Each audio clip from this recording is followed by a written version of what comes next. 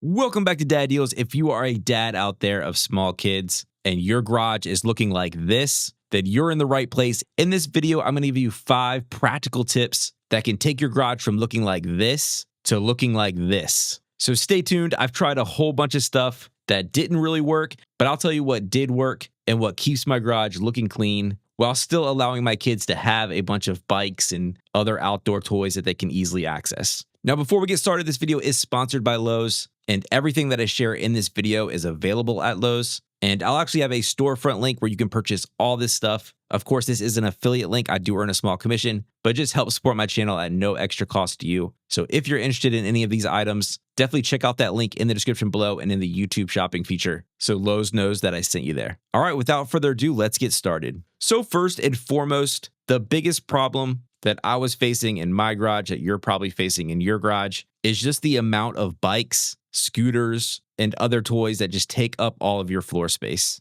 Now, I have tried things in the past like hanging my bikes vertically on the wall, and that did a good job of clearing up some of that floor space. But where that plan failed was my kids almost never were able to put it on the wall themselves or even take it off. So they always had to get an adult to help them. And that meant that most of the time the bikes just stayed on the garage floor. So my solution to that are these Suncast small vertical sheds. Now, these are made of resin, which makes them very light and easy to put together while also being very sturdy. And I actually had bought one of these a couple years ago, and I've just been so impressed with the way that it has withstood hurricanes and storms and has never budged and still looks pretty much brand new. So my plan is to get 2 additional sheds, sort of line them up, make one for my outdoor lawn equipment, one for adult bikes, and then one for all my kids' bikes. And a great place to do this is a side yard. This side of our yard, we never really use it. It's pretty much just a walkway to our backyard. So it's great to use this space. And it's also easily accessible. It's right by our gate and also right outside our garage.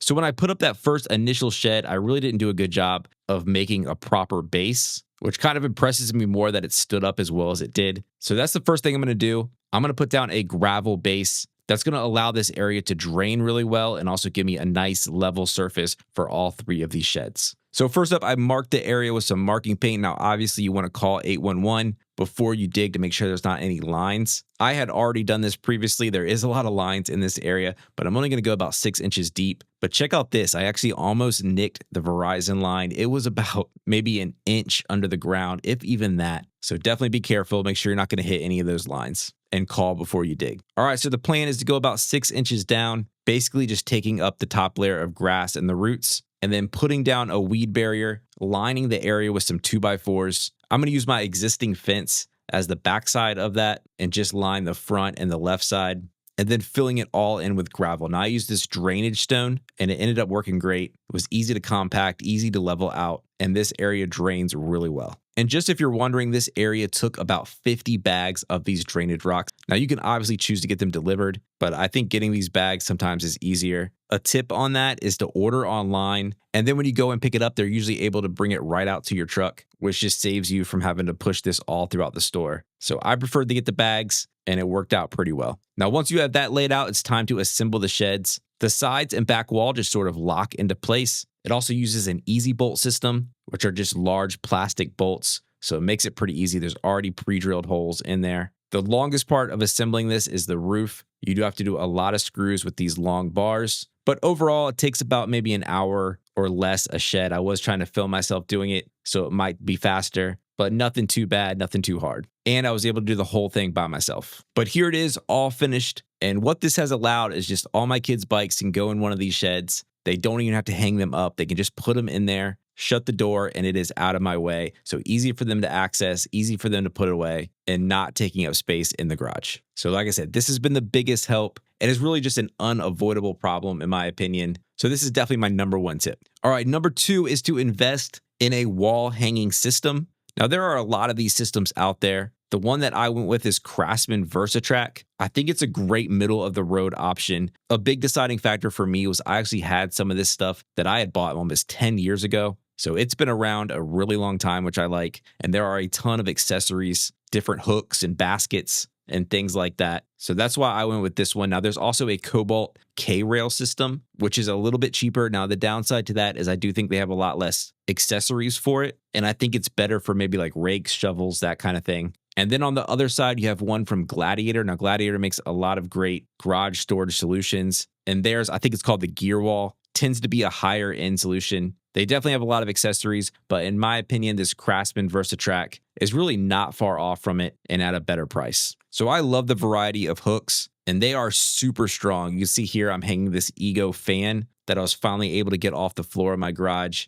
hang it up right out of the way. But they have hooks for pretty much anything you can think of. They also have these catch-all baskets, which I really like, so you can hang them down low, and your kids can just throw balls and anything else in there. And one piece of advice, if you do go with one of these systems, these Craftsman VersaTrack rails are about $15 a piece, so not very cheap. So definitely space out the rails. Don't try to do an entire wall where they're all butted up against each other, because chances are, because you're hanging stuff on the wall, you're going to get in the way and not be able to utilize some of those rails that you spent money on. So give a little bit of a gap and you can save a lot of money on these rails. All right, my next tip is to use totes and crates. Now, I love these Cobalt kind of milk style crates. They are just the perfect size, in my opinion. They're really heavy duty and they look pretty small, but can hold a ton of stuff. And pair this up with a label maker. You can see here, I always know that this crate has all of my e-bike stuff. It can hold the batteries for some of the bikes, can hold all the chargers and other tools that I use with it. I also do the same thing with some of my tool chargers, even the shoes at the steps to my garage. You can see here that they used to be a mess all over the stairs, but just having a crate